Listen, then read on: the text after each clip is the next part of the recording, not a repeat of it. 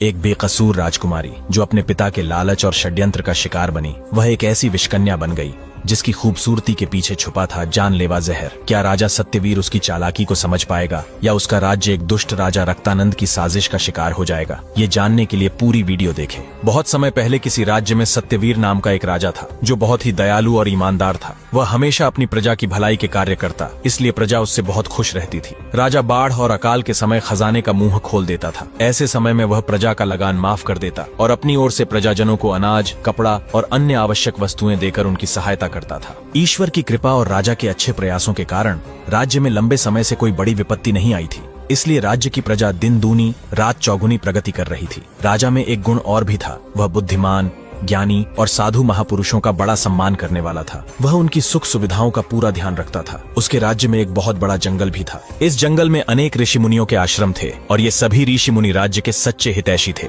ये लोग राज परिवार के साथ साथ प्रजाजनों के होनहार बच्चों को भी अपने आश्रम में रखकर शिक्षा देते थे और शेष समय में तप करते थे। सभी ऋषि मुनि राजा से बहुत प्रसन्न रहते और ईश्वर से प्रार्थना करते थे कि राजा सत्यवीर और उसका राज्य सभी दैवी प्रकोपों से बचा रहे और खूब फले फूले।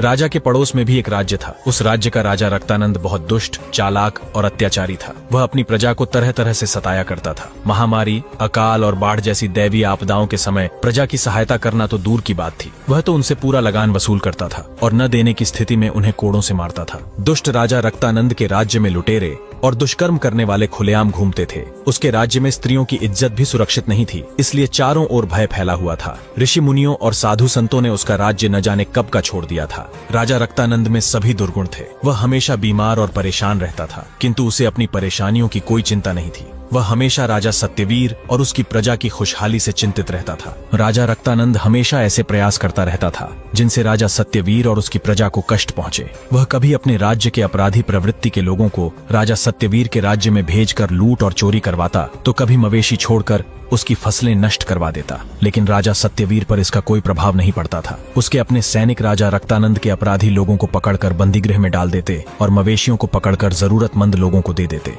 इस प्रकार राजा रक्तानंद राजा सत्यवीर और उसकी प्रजा को परेशान करने के लिए अनेक प्रयास कर चुका था, परंतु अब तक उसके सभी प्रयास व्यर्थ गए थे। एक बार राजा रक्तानंद ने राजा सत्यवीर के राज्य पर आक्रमण करने का विचार भी बनाया, लेकिन वह इसके लिए हिम्मत नहीं जुटा पाया। रक्तानंद की प्रजा उससे डरती अवश्य थी, किंतु मन ही मन उससे घृणा करती थी। उसके राज्य के कर्मचारी और सैनिक भी उसके प्रति विश्वास योग्य नहीं थे। इसी कारण रक्तानंद ने राजा सत्यवीर पर आक्रमण करने का विचार अपने मन से हमेशा के लिए निकाल दिया, लेकिन राजा सत्यवीर के राज्य को हड़पने का विचार वह कभी नहीं निकाल सका। इसके लिए वह बस एक शुभ अवसर की प्रतीक्षा कर रहा था। उधर राजा सत्यवीर बहुत बूढ़ा हो चुका था। उससे राजकाज ठीक से नहीं संभलता था।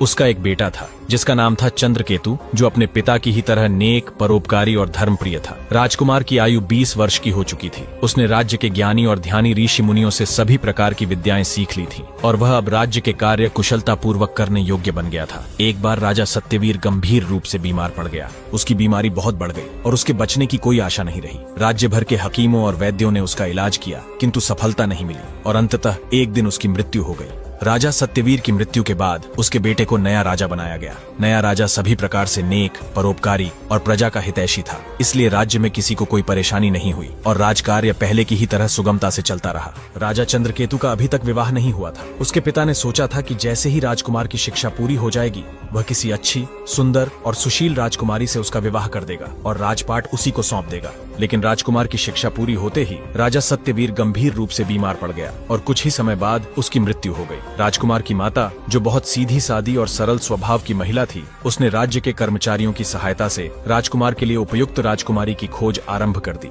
इसी बीच दुष्ट राजा रक्तानंद को भी यह समाचार मिल गया कि राजकुमार के विवाह के लिए राजकुमारी की खोज की जा रही है। वह तो ऐसे ही अवसर की प्रतीक्षा में था। उसकी एक बेटी थी। राजा रक्तानंद ने अपनी बेटी और राजकुमार के विषय में लंबे समय तक विचार किया और अंत में एक भयावह निर्णय लिया। उसने अपनी बेटी को विषकन्या बनाने का निश्चय किया। यह निर्णय उसने किसी को नहीं बताया, न अपनी रानी को, न ही राजकुमारी को। दुष्ट राजा ने अपने एक विश्वास पात्र गुप्तचर को बुलाया और उसके साथ गुप्तचर विभाग के प्रमुख के पास पहुंचा।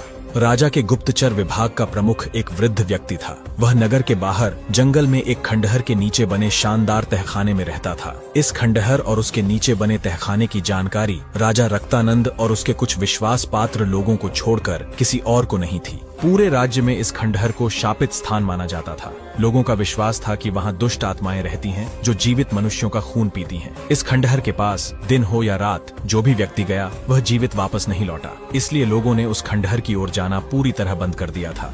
एक रात राजा रक्तानंद अपने विश्वास पात्र गुप्तचर के साथ उस खंडहर के नीचे बने तहखाने में पहुंचा। वहां उसने उस वृद्ध गुप्तचर प्रमुख से मुलाकात की और अपनी भयावह योजना बताई। उसने कहा, मैं चाहता हूं कि मेरी बेटी को विषकन्या बनाया जाए।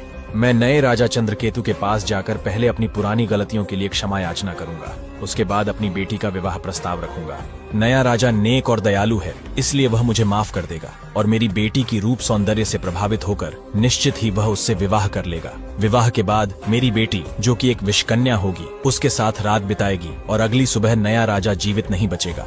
उसी समय मैं उसके राज्य पर आक्रमण कर दूंगा और उसे अपने राज्य में मिला लूंगा। यह सुनकर गुप्तचर विभाग का प्रमुख, जो अब भी भीतर से थोड़ा मानवता से भरा था, स्तब्ध रह गया। उसने राजा को समझाने का प्रयास किया और बोला, महाराज, यह कार्य अत्यंत पापपूर्ण है। अपनी ही बेटी की जिंदगी को इस तरह बर्बाद मत कीजिए। ईश्वर भी इसे क्षमा नहीं करेगा। लेकिन दुष्ट राजा ने उसकी एक न सुनी। वह क्रूर स्वर में बोला, मेरे राज्य में कोई भी लड़की ऐसी नहीं है जो इस कार्य के योग्य हो, और यदि कोई सुंदर लड़की मिल भी जाए तो कोई लाभ नहीं, क्योंकि नया राजा किसी सामान्य स्त्री से विवाह नहीं करेगा। वह तो केवल राजकुमारी से ही विवाह करेगा। गुप्तचर प्रमुख ने राजा को अनेक सुझाव दिए, उसे रोकने की बहुत कोशिश की, पर दुष्ट राजा ने किसी की बात नहीं मानी। वह अपनी जिद पर अड़ा रहा। अंत में विवश होकर वृद्ध गुप्तचर प्रमुख ने राजकुमारी को विषकन्या बनाने के लिए सहमति दे दी। दुष्ट राजा संतुष्ट और प्रसन्न होकर अपने महल लौट आया। अगले दिन आधी रात के समय राजा रक्तानंद ने अपनी बेटी को बुलाया और उसे अपने साथ चलने का आदेश दिया। राजा ने राजकुमारी को केवल इतना बताया कि उसे एक गुप्त स्थान पर ले जाया जा रहा है, जहां उसे कुछ समय तक रहना होगा। उसने कहा, वहाँ तुम्हारा एक विशेष उपचार किया जाएगा। इससे तुम्हारे रूप में निखार आ जाएगा और तुम पहले से भी अधिक सुंदर बन जाओगी। बेचारी राजकुमारी, जो अपने रूप सौंदर्य को और निखारना चाहती थी, अपने पिता की बातों पर विश्वास कर बैठी। वह बिना किसी संदेह के उसके साथ महल के एक गुप्त मार्ग से निकल पड़ी। इस समय दुष्ट राजा और राजकुमारी के साथ कोई सैनिक या गुप्तचर नहीं था। दुष्ट राजा अपने घोड़े को रात के अंधेरे में बड़ी तेजी से दौड़ा रहा था और उसके पीछे राजकुमारी बैठी थी, भय और अनजाने संशय से कांपती हुई। राजा ने नगर की सीमा पार की और घने जंगलों में प्रवेश किया। कुछ समय तक वह कंटीले और ऊबड़ खाबड़ रास्तों से होकर आगे बढ़ता गया, जब तक कि वह उस खंडहर तक नहीं पहुंच गया जहां प्रधान गुप्तचर रहता था। प्रधान गुप्तचर को पहले से ही दुष्ट राजा की योजना की पूरी जानकारी थी। वह उसकी प्रतीक्षा कर रहा था। जैसे ही दुष्ट राजा वहां पहुंचा, उसने उसका आदरपूर्वक स्वागत किया और राजकुमारी सहित उसे खंडहर के नीचे बने तहखाने में ले गया। राजकुमारी अब अत्यंत भयभीत हो चुकी थी।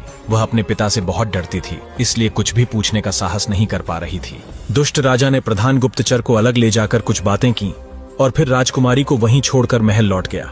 वृद्ध गुप्तचर ने राजकुमारी के साथ अपनी बेटी जैसा व्यवहार किया। उसने उसे थोड़ा बहुत भोजन दिया और फिर विशेष रूप से तैयार किए गए एक कक्ष में सुला दिया। अगले दिन से राजकुमारी को विषकन्या बनाने का कार्य आरंभ हो गया। पहले उसे साधारण प्रकार के विष दिए गए, इसके बाद धीरे धीरे उसे तेज असर वाले विष दिए जाने लगे और हर दिन उनकी मात्रा बढ़ा दी गई। राजकुमारी को आरंभ में विष लेने के बाद बड़ी बेचैनी होती थी। उसके शरीर में आग सी पैदा हो जाती थी और उसे लगता था कि उसका सिर फट जाएगा। कई बार तो उसे विष देने के बाद उल्टियां भी हुई, लेकिन धीरे धीरे सब सामान्य होता गया और कुछ समय बाद विष लेना राजकुमारी की आदत बन गई। उसे विष मिलने में थोड़ा सा भी विलंब हो जाता तो वह बेचैन हो उठती। यह सब लगभग 8 माह तक चलता रहा। इसके बाद विषक कन्या तैयार करने का दूसरा चरण आरंभ हुआ। राजकुमारी के लिए खतरनाक घातक विष वाले नाग सांप मंगवाए गए और उनका विष निकालकर उसे दिया जाने लगा। यह क्रम लगभग 2 माह तक चला। राजकुमारी इतनी विषैली हो चुकी थी कि उस पर नाग के विष का कोई प्रभाव नहीं पड़ता था। एक दिन एक नाग को राजकुमारी के सामने लाया गया। सुबह का समय था। राजकुमारी नाग को देखकर पहले तो कुछ डरी, लेकिन कुछ ही पलों में सामान्य हो गई। अब वृद्ध प्रधान गुप्तचर के कहने पर उसने अपना मुंह खोला और जीभ बाहर निकाल दी। उसी क्षण नाग ने उसकी जीभ पर पूरी ताकत से फन पटक कर डसा। सांप को शायद पहले से ही जीभ पर डसने का अभ्यास कराया गया था। राजकुमारी के शरीर में आग सी जल उठी और उसका सिर फटने लगा। वह लहराई और जमीन पर लेट गई। वृद्ध गुप्तचर ने उसे एक बिस्तर पर लिटाया और पास खड़ा उसे देखता रहा। राजकुमारी अचेत नहीं थी। वह नाग के विष के नशे में थी। आज उसे बहुत आनंद आ रहा था। दुनिया को भयानक दिखने वाला नाग उसे बड़ा प्यारा लग रहा था। वह नशे की स्थिति में दोनों आंखें बंद किए नाग के साथ खेलती रही। वह सांप को पकड़ती, सांप उसे काटता और वह उसे छोड़ देती। राजकुमारी यह स्वप्न पूरे दिन और पूरी रात देखती रही। अगले दिन जब राजकुमारी उठी तो वह सामान्य स्थिति में थी। वह स्नान करके वृद्ध प्रधान गुप्तचर के पास पहुंची। वह नाग पहले से मौजूद था। पिछले दिन की तरह सांप ने राजकुमारी की जीभ पर फिर से डसा। राजकुमारी पहले की तरह नशे में अचेत होकर गिर पड़ी, लेकिन इस बार उस पर सांप के विष का कम प्रभाव पड़ा और रात होते होते वह होश में आ गई। सांप का विष लेना धीरे धीरे उसकी आदत बन गया। यह क्रम 2 माह तक चलता रहा। इसके बाद राजकुमारी के सौंदर्य वर्धन के प्रयास आरंभ हो गए। उसके लिए तरह तरह की जड़ी बूटियों के लेप तैयार किए गए और मानव रक्त तथा गद्दी के दूध की व्यवस्था की गई। राजकुमारी को प्रतिदिन पहले जड़ी बूटियों का लेप लगाया जाता, इसके बाद मानव रक्त से और फिर गद्दी के दूध से स्नान कराया जाता था। अंत में नाग से डसवाकर सुला दिया जाता था। राजकुमारी पर अब नाग के विष का अधिक प्रभाव नहीं पड़ता था। वह 1-2 घंटे उसके विष के नशे में रहती और फिर सामान्य हो जाती। कुछ ही समय में यह स्थिति भी समाप्त हो गई और राजकुमारी नाग के साथ इस प्रकार खेलने लगी मानो वह बच्चों का खिलौना हो। राजकुमारी को खंडहर के नीचे बने आरामदायक तहखाने में रहते रहते लगभग 1 वर्ष हो चुका था। इस बीच उसे विष लेने के साथ ही साथ और भी बहुत कुछ सिखाया गया था। उसे संगीत, गायन और नृत्य की शिक्षा दी गई। मदीना पीने का भी अभ्यास कराया गया। इसके साथ ही साथ उसे पुरुषों को मोहित करने की कला का भी प्रशिक्षण दिया गया। इन सब चीजों ने राजकुमारी का पूरा जीवन ही बदल दिया था। राजकुमारी अब पहले जैसी राजकुमारी नहीं रह गई थी। अब उसका रूप और सौंदर्य पहले से कई गुना बढ़ गया था और उसकी आंखों में गजब की सम्मोहन शक्ति पैदा हो गई थी। राजकुमारी की सुंदर आंखें इस प्रकार हो गई थीं कि यदि कोई उसकी आंखों में देख लेता तो फिर अपनी आंखें हटा नहीं सकता था। इतना ही नहीं, उसकी आंखों की सम्मोहन शक्ति इतनी प्रबल थी कि वह अपनी शक्ति के बल पर धीरे धीरे सामने वाले व्यक्ति को नियंत्रित कर सकती थी। एक दिन राजकुमारी वृद्ध प्रधान गुप्तचर के कक्ष में बैठी सांप के विष की प्रतीक्षा कर रही थी। सांप को लाने में विलंब के कारण वह कुछ अशांत दिखाई दे रही थी। कुछ दिन पहले एक नाग की मृत्यु हो गई थी और दूसरा नाग कुछ सुस्त दिखाई दे रहा था। कुछ समय बाद एक सेविका सांप लेकर आ गई। सांप को थैले से बाहर निकाला गया और राजकुमारी के मुंह के पास लाया गया। सांप ने राजकुमारी की ओर देखा और अपना फन पीछे कर लिया। उसे देखकर ऐसा लग रहा था मानो वह राजकुमारी से भयभीत हो। समय पर विष न मिलने के कारण राजकुमारी की बेचैनी क्रोध में बदल गई। उसने दोनों हाथ बढ़ाकर सांप को पकड़ लिया और उसे काट डाला। एक आश्चर्य हुआ, सांप तड़पा और मर गया। पास खड़े प्रधान गुप्तचर ने यह देखा तो उसकी आंखों में चमक आ गई। राजकुमारी पूरी तरह विषकन्या बन चुकी थी। उसके विष के प्रभाव से ही नाग की मौत हुई थी। वास्तव में राजकुमारी की सांसें तक इतनी घातक हो चुकी थीं कि उसके विष के प्रभाव से किसी की भी मृत्यु हो सकती थी। प्रधान गुप्तचर ने यह शुभ समाचार दुष्ट राजा के पास भेजा। दुष्ट राजा ने जब यह सुना कि उसकी बेटी सफल विषकन्या बन गई है तो वह अत्यंत खुश हुआ। उसने समय बिल्कुल नष्ट नहीं किया और अगले दिन आधी रात के समय प्रधान गुप्तचर के पास जाकर राजकुमारी को महल में ले आया। उसने एक दिन पहले ही राजकुमारी के महल में बड़े ही गुप्त ढंग से 1 दर्जन नाग, सांप और अन्य आवश्यक चीजों की व्यवस्था कर दी थी। दुष्ट राजा ने विषकन्या बनी राजकुमारी के विषय में किसी को नहीं बताया था, इसलिए राजकुमारी से किसी को भी मिलने नहीं दिया गया। अभी तक रानी अपनी बेटी, राज परिवार और सभी लोगों को यह बता चुकी थी कि राजकुमारी कुछ विशेष प्रकार के प्रशिक्षण लेने के लिए 1 वर्ष के लिए दूर देश गई हुई है। अब राजकुमारी के आ जाने के बाद उससे मिलने पर लगे प्रतिबंध से उसकी असलियत कभी भी खुल सकती थी और दुष्ट राजा की घातक योजना का भंडाफोड़ हो सकता था। इसलिए दुष्ट राजा ने शीघ्र ही राजकुमारी का विवाह करने का निश्चय किया।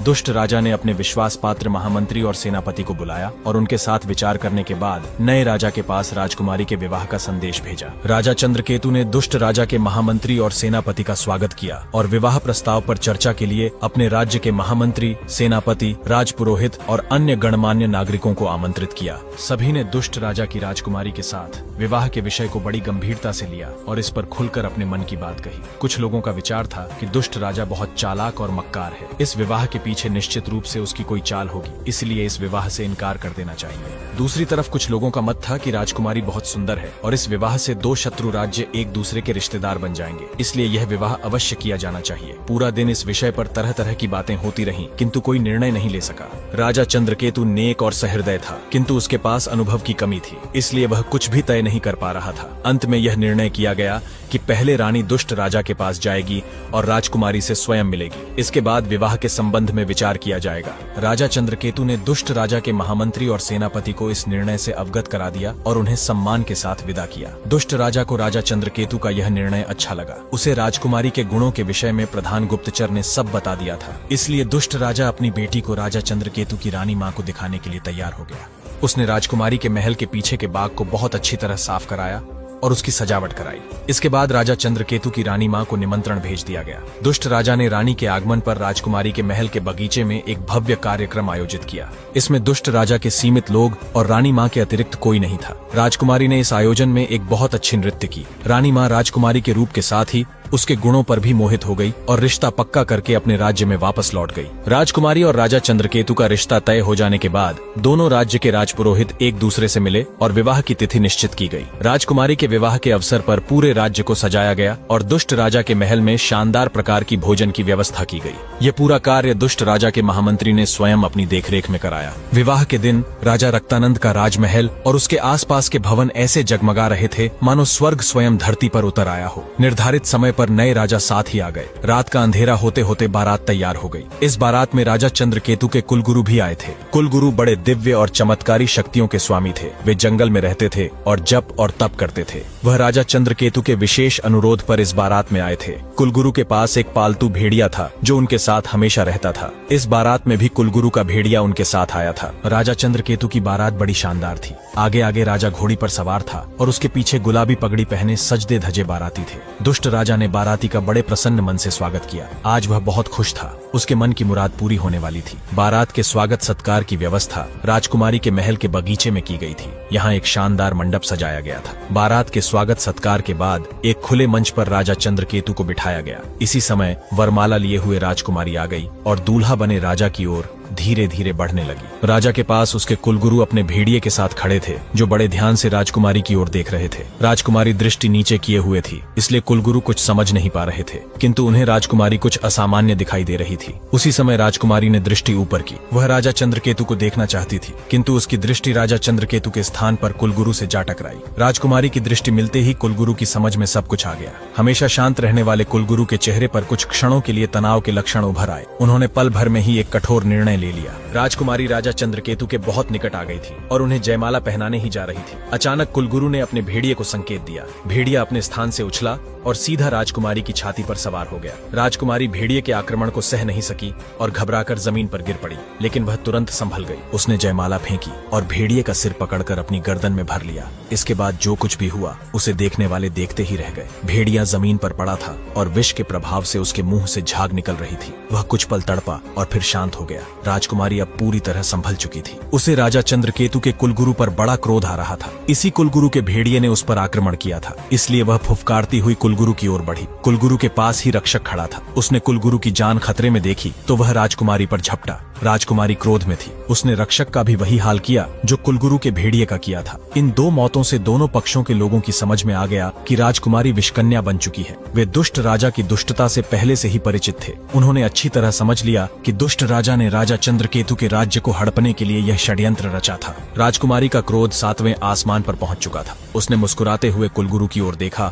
और उनकी ओर झपटी। तभी कुलगुरु का दाहिना हाथ ऊपर उठा और वह कुछ बुदबुदाए। अचानक फिर एक चमत्कार हुआ और राजकुमारी झाड़ी जैसे एक छोटे से पौधे में बदल गई। इस पौधे पर सुंदर फूल खिले हुए थे। दुष्ट राजा और उसके साथियों ने राजकुमारी की यह स्थिति देखी तो उन्होंने भयंकर रूप धारण करके कुलगुरु पर आक्रमण कर दिया। कुलगुरु अभी भी शांत खड़े मुस्कुरा रहे थे। उन्होंने अपनी दिव्य शक्ति से दुष्ट राजा और उसके साथियों को कांटेदार बबूल जैसे वृक्ष और झाड़ियों में बदल दिया। इस प्रकार दुष्ट राजा और उसके साथियों का आतंक समाप्त हो गया। उसकी प्रजा ने सुख और चैन की सांस ली और कुलगुरु को प्रणाम करके उनसे अनुरोध किया कि राजा चंद्रकेतु उनके राज्य की बागडोर संभाल ले। राजा चंद्रकेतु अभी तक कुलगुरु के पास खड़ा आश्चर्य से सब देख रहा था। उसकी समझ में सब आ गया था। आज कुलगुरु ने उसके साथ ही उसके राज्य की भी रक्षा की थी। उसने कुलगुरु को प्रणाम किया और उनकी आज्ञा से दुष्ट राजा के राज्य को अपने राज्य में शामिल कर लिया। कहते हैं कि राजकुमारी के शरीर के सभी अंगों में विष भरा था, इसलिए कंध के सभी अंग, फूल, पत्तियां, जड़ आदि विषैले होते हैं। इस प्रकार दुष्ट राजा का षड्यंत्र अपने ही षड्यंत्र में फंस गया। एक बेकसूर राजकुमारी जो अपने पिता के लालच और पाप का शिकार बनी, अंततः एक पौधे का रूप लेकर धरती पर अमर हो गई। उस विषकन्या की देह में भरे जहर ने ही उसे कंधल नामक पौधे का रूप दिया, जिसके हर अंग में आज भी वही घातक विष भरा हुआ है। लोग कहते हैं कि यह कहानी केवल दो राजाओं की नहीं बल्कि अच्छाई और बुराई की सनातन लड़ाई है, जहां एक ओर नेक राजा और उसके कुलगुरु जैसे लोग सत्य, करुणा और धर्म का मार्ग दिखाते हैं, वहीं दुष्ट राजा और उसके षड्यंत्र हमें यह सिखाते हैं कि छल और लालच का अंत हमेशा विनाशकारी होता है। राज्य की प्रजा ने राहत की सांस ली और नए राजा की छत्र छत्रछाया में फिर से शांति और समृद्धि का युग शुरू हुआ। लेकिन कंध का पौधा अपने विषैले फूलों के साथ आज भी हमें यह याद दिलाता है कि यदि इंसान अपनी त्वाकांक्षा और लालच में अंधा हो जाए तो सबसे प्यारे अपने भी शिकार बन जाते हैं। यह कथा हमें यह सिखाती है कि कोई भी व्यक्ति जन्म से बुरा नहीं होता, परिस्थितियां उसे वैसा बना देती हैं। सच्चा नेतृत्व वही है जो केवल शत्रु को हराने के लिए कठोर न बने, बल्कि उसे सुधारने की शक्ति भी रखे। और सबसे बड़ी बात, करुणा वह दीपक है जो सबसे अंधेरी आत्मा में भी रोशनी भर सकता है। तो दोस्तों, जब भी जीवन में आपके सामने कोई ऐसा व्यक्ति आए जो आपको विरोधी लगे, याद रखिए कि शायद उसके भीतर भी अच्छाई छिपी है जिसे पहचानने और जगाने की जरूरत है। सच्चा विजेता वही है जो दिल जीतता है, न कि केवल युद्ध। अगर आपको यह कहानी पसंद आई हो तो इसे लाइक, शेयर और सब्सक्राइब करना ना भूलें।